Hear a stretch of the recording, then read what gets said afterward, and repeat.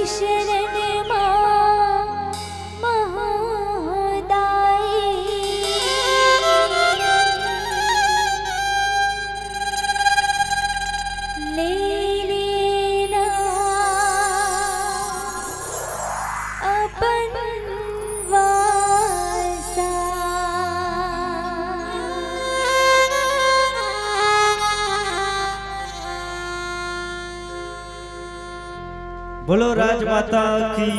जय हो।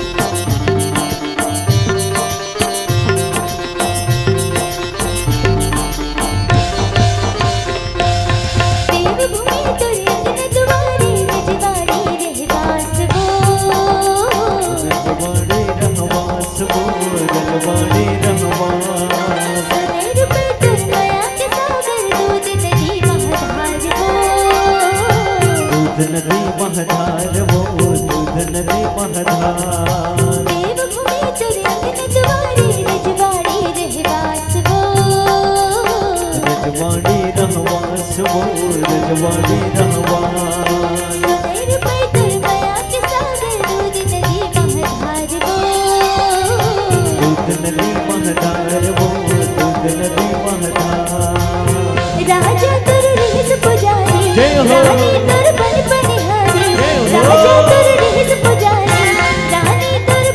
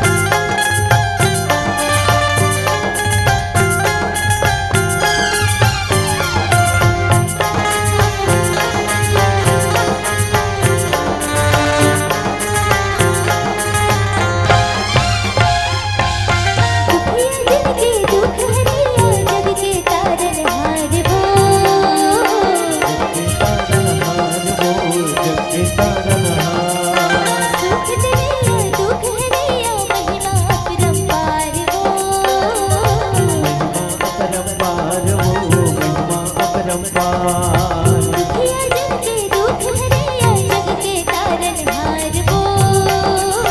जग के तारनहार वो जग के तारनहार सुख दिलैया दुख हरैया महिमा अपरंपार वो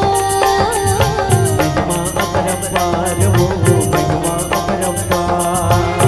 भगतन के हितकारी जय हो लहरी प्रेम पुजारी जय हो हितकारी लहरी प्रेम पुजारी महिमा भारी वो सबला उबारे गाई बहुला उबार दे तोरे दिल का दाई आया उदुलार दे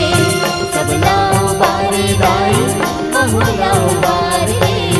तोरे दिल का दाई आया उदुलार दे जय हो मोर राजमाता काके की राजमाता जय हो मोर राजमाता काके के राजमाता महिमा भारी वो सबला उबारे गाई बहुला उबार दे